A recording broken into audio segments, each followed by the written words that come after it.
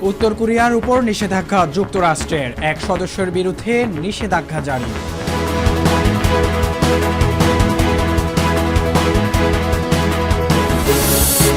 আন্দোলনকারীদের উপর প্রাণঘাতী অস্ত্র প্রয়োগের অনুমতি দিয়েছিলেন হাসিনা, ব্রিটিশ সংবাদ মাধ্যম বিবিসির অনুসন্ধানে এক প্রতিবেদনে তথ্য জানা গেছে।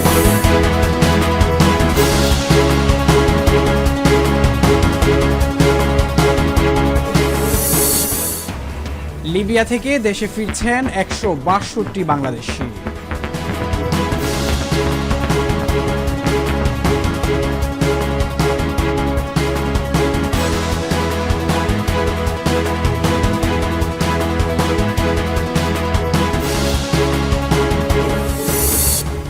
সৌদি আরবে মাদক পাচারের অপরাধে 600 জনের মৃত্যুদণ্ড।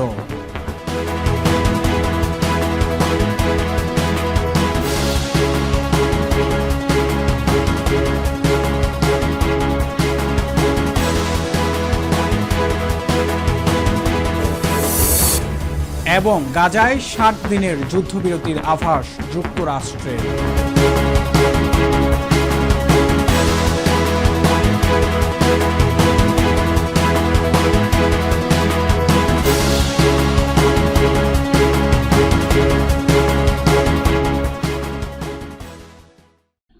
উত্তর কোরিয়ার নেতা কিম জং উনের সামরিক গোয়েন্দা সংস্থার এক সদস্যের বিরুদ্ধে নিষেধাজ্ঞা জারি করেছে যুক্তরাষ্ট্রের ট্রেজারি বিভাগ।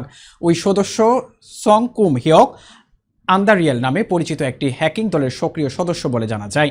মঙ্গলবার সিবিএস নিউজের এক প্রতিবেদনে এ তথ্য জানানো হয়। বিস্তারিত ডেস্ক রিপোর্টে। জুলাই আন্দোলনকারীদের উপর প্রাণঘাতী অস্ত্র প্রয়োগের অনুমতি দিয়েছিলেন সাবেক প্রধানমন্ত্রী শেখ হাসিনা। ব্রিটিশ সংবাদ মাধ্যম বিবিসির অনুসন্ধানী এক প্রতিবেদনে এই তথ্য জানানো হয়। বিবিসির অনুসন্ধানী ইউনিট বিবিসি আই ইনভেস্টিগেশন বলছে, ফাঁস হওয়া একটি ফোন আলাপের অডিও যাচাই করেছে তারা। সেখানে প্রধানমন্ত্রী শেখ হাসিনাকে বলতে শোনা যায়, যেখানেই ওদের পাওয়া যাবে গুলি করা হবে। বুধবার এই প্রতিবেদন প্রকাশ করেছে বিবিসি। ফাঁস হওয়া ওই অডিও অনুযায়ী শেখ হাসিনার নিরাপত্তা বাহিনীগুলোকে সরকার বিরোধী বিক্ষোভকারীদের বিরুদ্ধে প্রাণঘাতী অস্ত্র ব্যবহারের অনুমতি দেন। তিনি বলেন, তারা যেখানে আন্দোলনকারীদের পাবে সেখানেই গুলি করতে পারবে। সরকারি এক ঊর্ধ্বতন কর্মকর্তার সঙ্গে এই কথোপকথনের অডিওটিকে এখন সবচেয়ে গুরুত্বপূর্ণ প্রমাণ হিসেবে দেখা হচ্ছে। এতে শেখ হাসিনাকে আন্দোলনকারীদের উপর সরাসরি গুলি চালানোর নির্দেশ দিতে শোনা যায়। ব্রিটিশ আন্তর্জাতিক মানবাধিকার আইনজীবী টবি ক্যাডম্যান বলেন, এসব রেকর্ডিং শেখ হাসিনার ভূমিকা প্রমাণে অত্যন্ত গুরুত্বপূর্ণ। অডিওগুলো যথাযথভাবে যাচাই করা হয়েছে এবং অন্যান্য প্রমাণের সঙ্গেও তা সামঞ্জস্যপূর্ণ।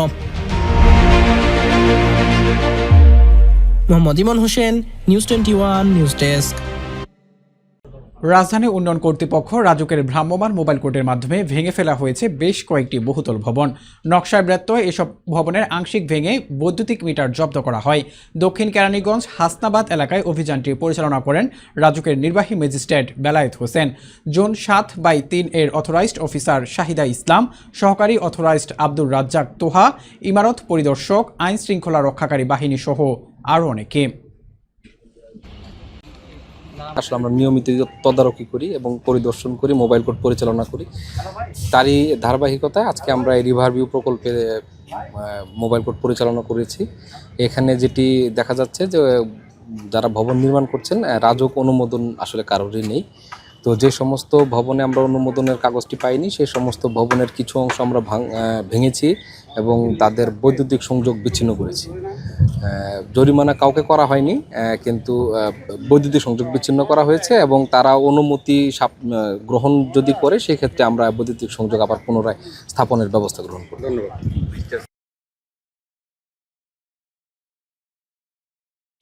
দেশে পারিবারিক কলহের জেরে ওমান প্রবাসী মোহাম্মদ রাব্বি নামের এক প্রবাসীকে পিটিয়ে হত্যার পর মরদেহ ফাঁসিতে ঝুলিয়ে রাখার অভিযোগ উঠেছে তার শ্বশুরবাড়ির লোকজনের বিরুদ্ধে। রেমিটেন্স যোদ্ধা রাব্বি চাঁদপুরের ফরিদগঞ্জের কৈরতলী গ্রামের মিজানুর রহমান কালু ও মায়া আক্তার দম্পতির একমাত্র পুত্র সন্তান। স্থানীয় ইউনিয়ন পরিষদের প্যানেল চেয়ারম্যান মোহাম্মদ সেলিম জিতু জানান, রাব্বির মৃত্যুর সংবাদ পেয়েছি, বিষয়টি দুঃখজনক। আমিও চাই মৃত্যুর প্রকৃত কারণ উদ্ঘাটনের জন্য কর্তৃপক্ষ ব্যবস্থা গ্রহণ করুক, আমি প্রয়োজনীয় সহযোগিতা করব। একবার গেলে আর ফিরে আসে না। আমি আর কোনো কিছু চাই না, আমি আমার বাবার হত্যার বিচার চাই। জহির, বাবুল, তার আরেক মামা আছে বাড়িতে, নাম হচ্ছে শরীফ, আর আমার বউ। যেদিন এই খুন হয়, এই সকালবেলা 10টা বাজে আমার বউরে এই শরীফের বাড়ি থেকে নিয়ে যায়। এদের ষড়যন্ত্রভাবে আমার ছেলে মারা গেছে বিদেশের বাড়িতে। আমাদের এলাকার একটা ছেলে ওমানে প্রবাসে মারা গেছেন। আসলে ওনার মৃত্যুটা একটু মানে বিভিন্নভাবে বিভিন্ন মনে নিতেছে। আমরা যতটুকু জানি যে শুনেছি যে কেউ বলতেছে এটা অপমৃত্যু, কেউ বলতেছে এটা সুইসাইড করেছেন। এখন যাক, সেটা হলো মেডিকেলের উপর নির্ভর করবে, সেটা তো আমরা ডিসিশন করবো না। আর যদি তার অপমৃত্যু হয়ে থাকে, তার সুবিচার পাওয়ার জন্য আমি এলাকার প্রতিনিধি হিসাবে যতটুকু সম্ভাবনা ওনারা আমার কাছে চায় বা আমার করার ক্ষমতা আছে, ইনশাল্লাহ ততটুকু আমি করব। তার মৃত্যুর ন্যায্য বিচার হোক, সুষ্ঠু বিচার হোক, এটা আমি এলাকার প্রতিনিধি হিসাবে আমি প্রশাসনের কাছে। দিনাজপুরের হাকিমপুরে চোর সন্দেহে এক যুবককে বাড়িতে আটকে রেখে পিটিয়ে হত্যার অভিযোগ উঠেছে। শনিবার বিকেলে পৌরসভার একটি বাড়িতে এ ঘটনা ঘটে। এই ঘটনায় আহত অবস্থায় আরও একজনকে উদ্ধার করে হাসপাতালে ভর্তি করেছে পুলিশ জানায় ঘটনাস্থল থেকে দুজনকে আটক করা হয়েছে। বিষয়টি তদন্তাধীন, তদন্ত শেষে প্রয়োজনীয় আইনগত ব্যবস্থা নেওয়া হবে।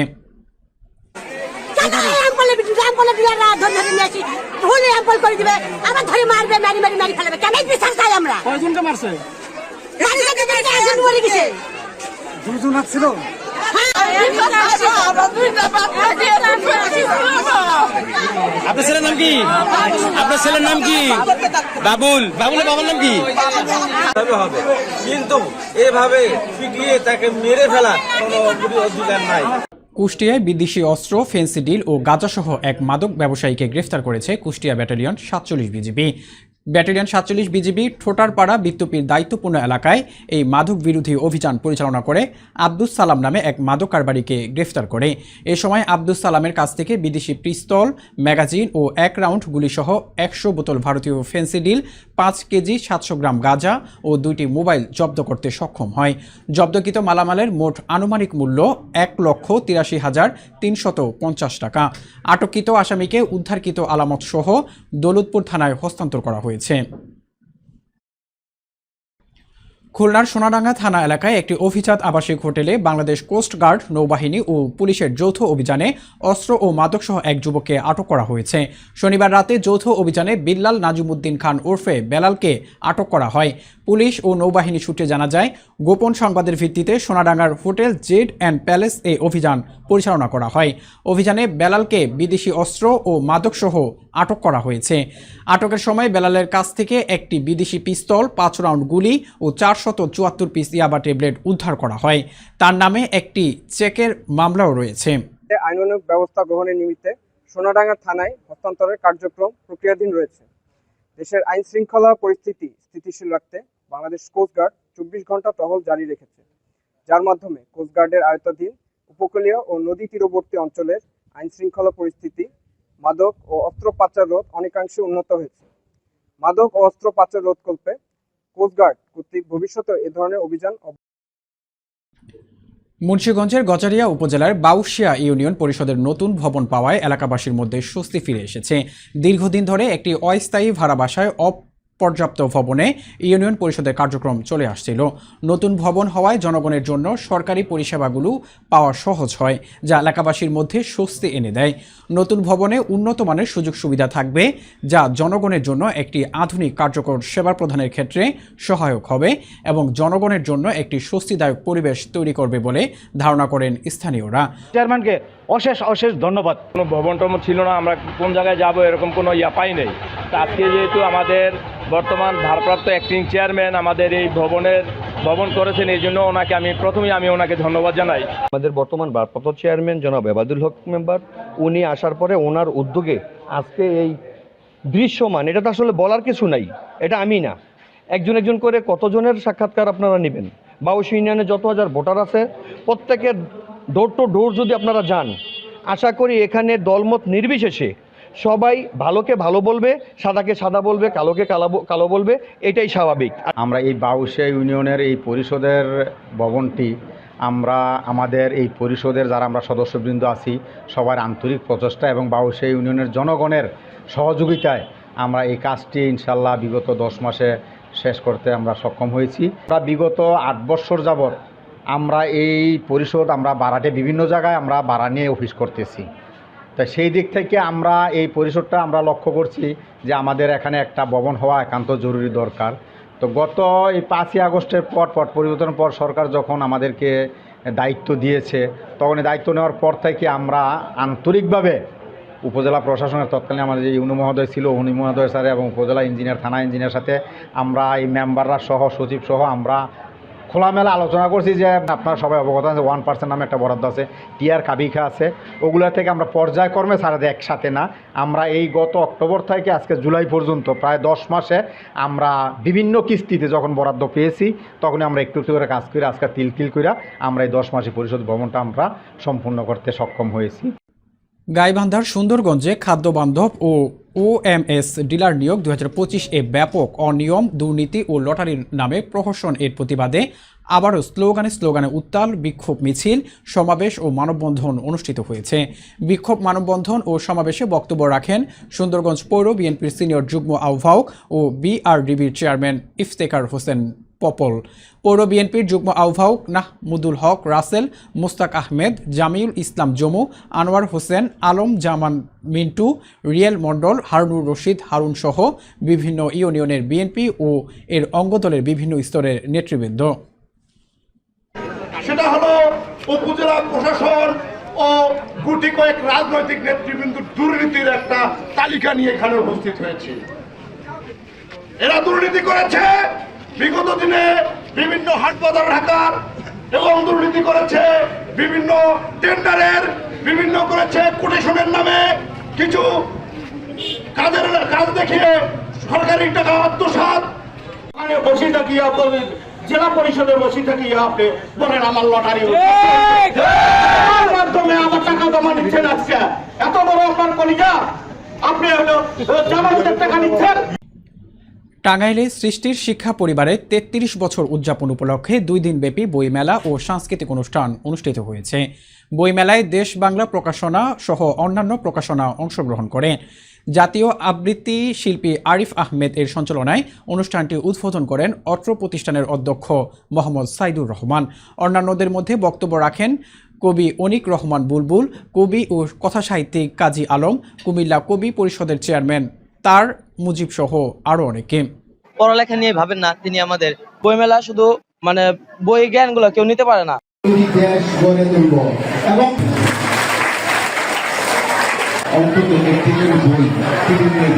পদার্পণ উপলক্ষে সৃষ্টি শিক্ষা পরিবারের অঙ্গ প্রতিষ্ঠান সৃষ্টি একাডেমিক স্কুল আমরা আয়োজন করেছি বইমেলা কেন্দ্রিক 33টি ইভেন্টের। আমরা তুলে ধরার চেষ্টা করতেছি আবহমান বাংলার অতীত ঐতিহ্যকে, কারণ আধুনিকতার এই যুগে এখনকার ছেলে মেয়েরা ভুলেই গিয়েছে প্রায় বাংলাদেশের অতীত ঐতিহ্যের কথা। আমরা চেষ্টা করি আমাদের শিক্ষার্থীদেরকে একাডেমিক শিক্ষার পাশাপাশি তার সুপ্ত প্রতিভার বিকাশ ঘটানোর জন্য। নওগাঁর ধামইরহাটে সর্বস্তরের ছাত্র জনতার আয়োজনে বিক্ষোভ মিছিল ও প্রতিবাদ সমাবেশ অনুষ্ঠিত হয়েছে। রবিবার বেলা 12টায় উপজেলা পরিষদের সামনে সংগ্রামী ছাত্র জনতার আয়োজনে এই বিক্ষোভ মিছিল অনুষ্ঠিত হয়। এ সময় রিফাতুল হাসান চৌধুরী সৈকত এর সভাপতিত্বে উপস্থিত ছিলেন মোহাম্মদ আলমগীর হোসেন আরাফ, মোহাম্মদ নূর আলম, মোহাম্মদ আবু হাসান, মোহাম্মদ আব্দুর রহিম, মোহাম্মদ সোহেল রানা, মোহাম্মদ জাহিদ হাসান, আবু সালে মুসা, সোহেল রানা সহ আরও অনেকে। ধামইরহাটে নয়, সারা বাংলাদেশে আবারও সীসা ঢালা প্রাচীরের মতো ঐক্যবদ্ধ হয়ে কাতারে কাতারে রক্ত ঢেলে দিয়ে আপনাদেরকে বাংলাদেশ থেকে বিতাড়িত করবো ইনশাআল্লাহ। নারায়ণগঞ্জ ফতুল্লায় 3য় দফায় বৃক্ষরোপণ কর্মসূচি পালন করা হয়েছে। নারায়ণগঞ্জ জেলা স্বেচ্ছাসেবক দলের যুগ্ম আহ্বায়ক নাজমুল হাসান বাবুর নেতৃত্বে জলবায়ু পরিবর্তন ও পরিবেশের ভারসাম্য রক্ষা সহ জনাব তারেক রহমানের 31 দফা বাস্তবায়নের লক্ষ্যে বৃক্ষরোপণ কর্মসূচি পালন করা হয়। এতে উপস্থিত ছিলেন নারায়ণগঞ্জ জেলা ও ফতুল্লা থানা স্বেচ্ছাসেবক দলের আপেল মাহমুদ, নাসির মাতবর, রফিকুল ইসলাম রকি, লেলিন আহমদ, সাগর উজ্জ্বল সহ আরও অনেকে।